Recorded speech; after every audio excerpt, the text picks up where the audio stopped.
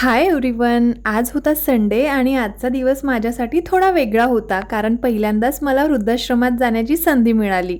माझ्या हस्बंडच्या फाउंडेशनमधल्या दादांचा वाढदिवस होता आणि त्यांनी तो इथे साजरा करायचं ठरवलं. म्हणून आम्ही सगळे वृद्धाश्रमात गेलो. मी आणि शान्वी पहिल्यांदाच तिथे गेलो होतो. तिथे पोचल्यानंतर सगळ्यांना भेटलो. त्यांच्यासाठी आम्ही बिस्किटं आणि केळी घेऊन गेलो होतो आणि त्यांना काही झाडांची पण गरज होती म्हणून ते सुद्धा घेऊन गेलो. शान्वीने तिच्या छोट्या छोट्या हातांनी सगळ्यांना बिस्किटं दिली आणि ते बघताना ना मला खरंच खूप छान वाटत होतं.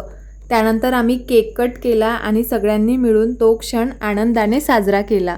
आम्ही फक्त वाढदिवस साजरा करायला गेलो होतो, पण तिथून खूप सुंदर आठवणी आणि एक वेगळा अनुभव घेऊन परत आलो. स्पेशली मी, कारण मी फर्स्ट टाईम तिथे गेली होती आणि या सगळ्यांचं तर ते नेहमीचंच काम आहे.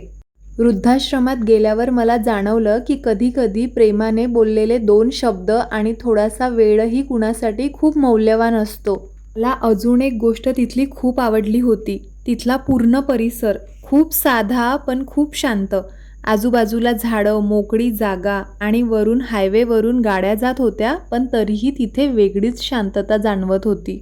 आणि मी ना शान्वीला या साईडला जाऊ देत नव्हती कारण मला माहिती होतं की तिला जर ही स्लाईड दिसली की मग तिथून निघणं अवघड होणार. पण शेवटी तिने ती स्लाईड पाहिलीच. मग तिथे थोडा वेळ खेळूनच आम्हाला परत यावं लागलं. चला भेटूया पुढच्या व्हिडिओमध्ये. बाय.